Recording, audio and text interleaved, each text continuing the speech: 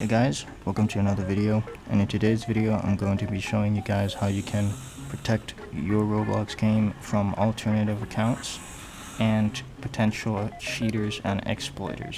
Now this method is not 100% foolproof and it can be bypassed like everything else, but it's better to be safe and it's an easier option to make and to protect your players. So for this we're going to use the marketplace service, and we're going to be using the player owns asset.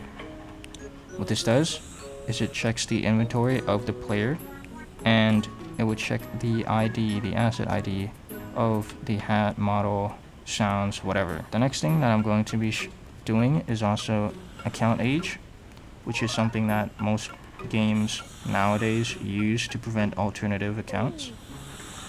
And I'll show you why this method might be better.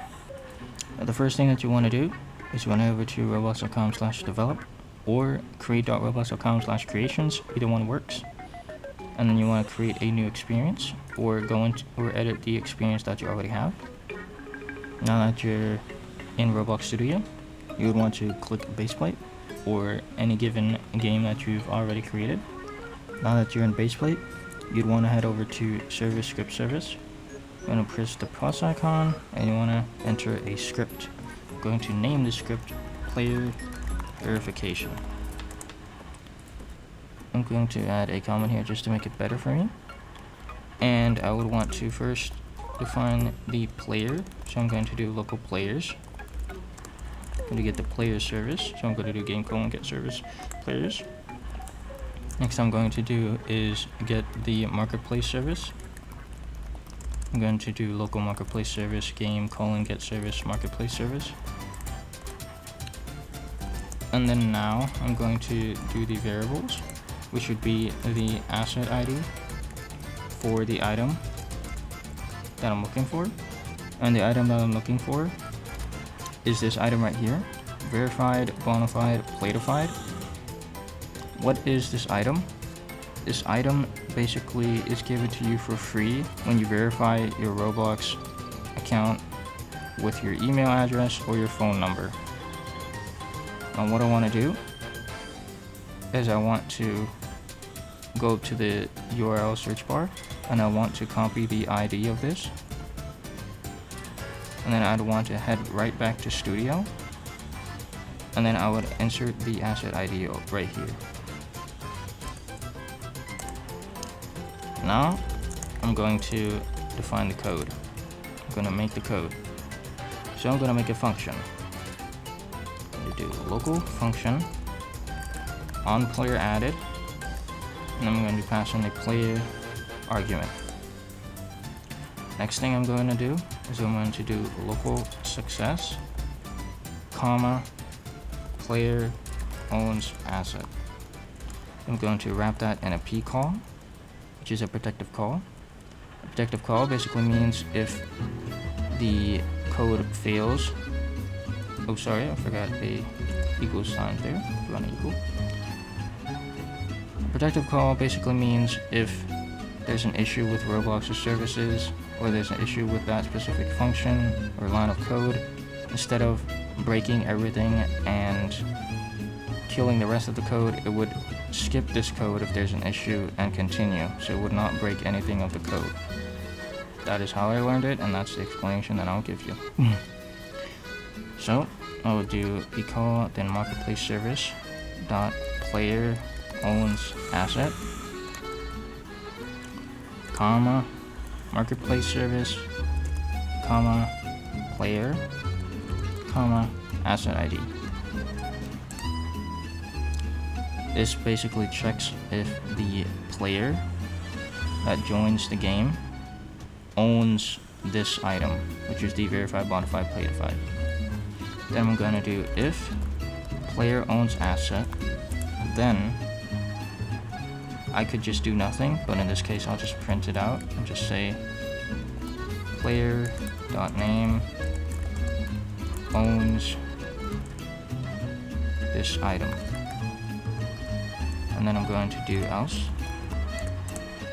If they don't own this item, meaning they don't have their Roblox account verified, or they deleted that specific item, then I'll do player :kick, so this will kick them from the game, and then I'm just gonna make a comment saying you do not have your Roblox account verified. And then last thing is I'm going to do players.playerAdded, connect that to the onPlayerAdded function.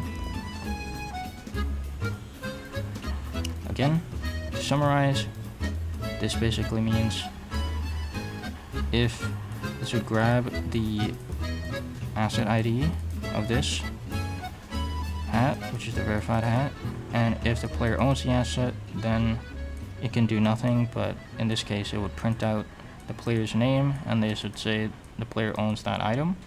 If they don't own this specific item, then it would kick them from the game and have the "you do not have your Roblox account verified" message.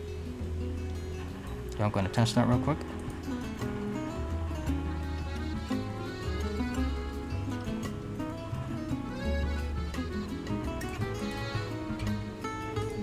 And I am in the game, and I'm going to press F9 for the developer console. And since I own this item, it says Femtress owns this item, and I'm not kicked from the game. Now also, just as a safe bet, as for older Roblox players, basically players from 2013 or 2008 to 2013, they would have a different item. It's the same kind of concept. It's the same as the verified, bonafide, platified hat, but it's older. So if they do not own that asset, then they cannot play the game basically.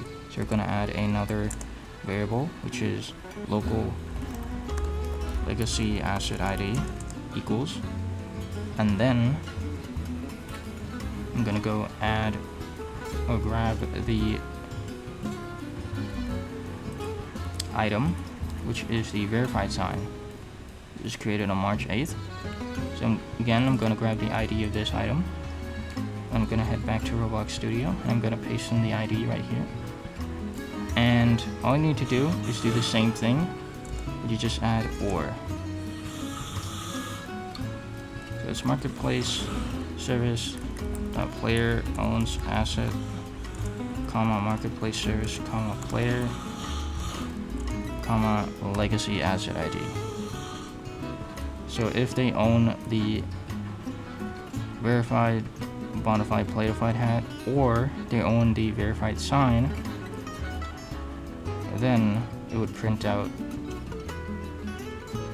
player.name owns this item.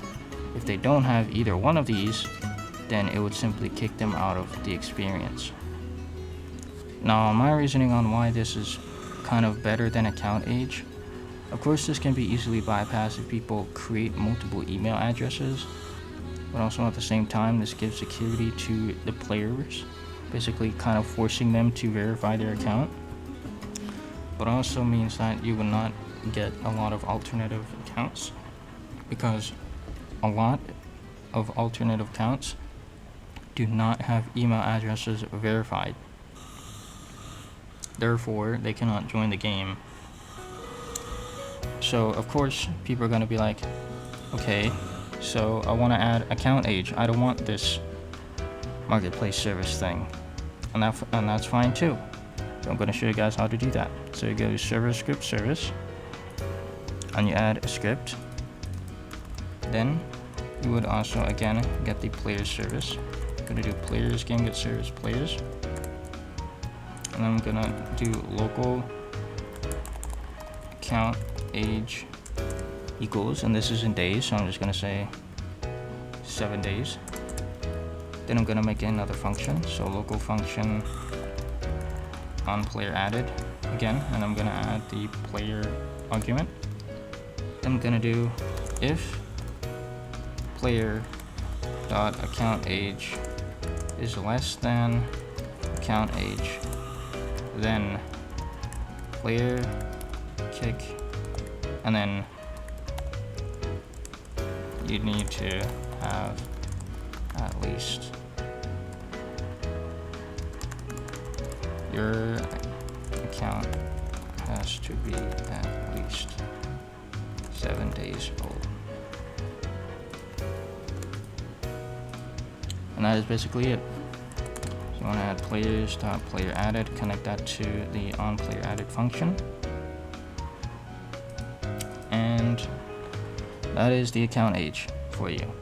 If the player's account age is less than the account age that you specified here, then it would just simply kick them. And just for this sake, I'm just going to do else print your account age is more than 7 days. You do not need this. I'm just going to do this just for the video purpose. I'm going to disable the player verification script just for now, so it would be this script only. I'm going to press play.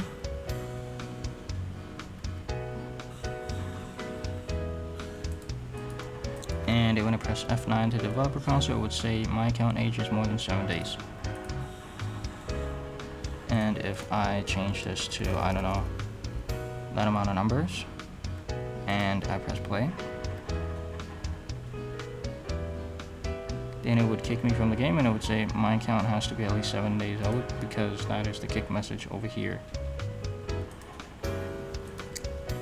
And you might also be asking, what do I do if I want to show the player how many days they have left?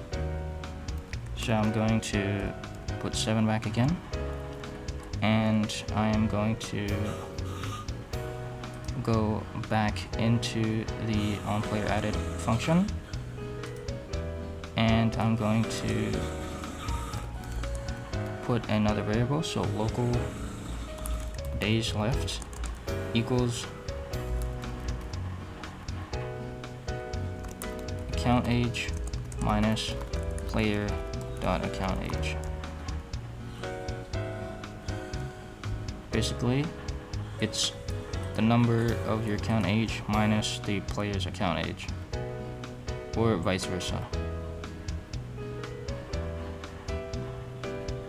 And I can put this in here, so I would say your account has to be at least 7 days old.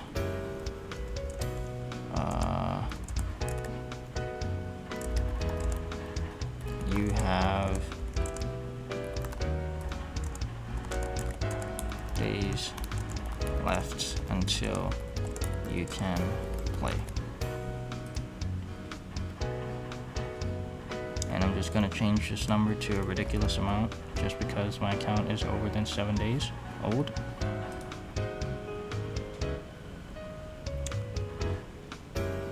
And there you have it. Your account has to be at least 7 days old. You have a lot of days left until you can play. And that is how you add a days left in your player kick. Now, the last thing is, you might be wondering, how do I implement this with the player verification? It's kind of the same thing actually. So I'm gonna do local account age equals 7, and all I have to do is just add it after this if statement. So I'm just gonna do if player.accountAge is less than account age, then player kick your account is less than 7 days old. And it does the same thing. So if they don't own this item, if they don't own either of these items, and their account age is less than 7 days, then they would be kicked. However, if they do own either one of these items, but their account age is less than 7 days, then they will still be kicked as well. So let's test it out for me. I have one of these items and my account age is over than 7.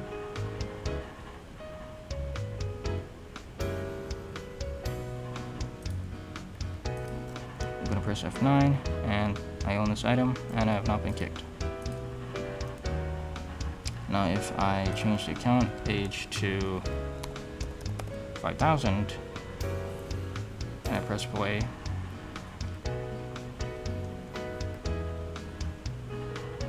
I would still get kicked. It takes a little bit, but I would still get kicked. It would say your account is less than 7 days old. I press F9, it would say that I still own the item, but I'm also kicked from the game because my account age is less than that. Again, if you want the days left, it's the same thing. Local days left equals account age minus player.accountAge, and then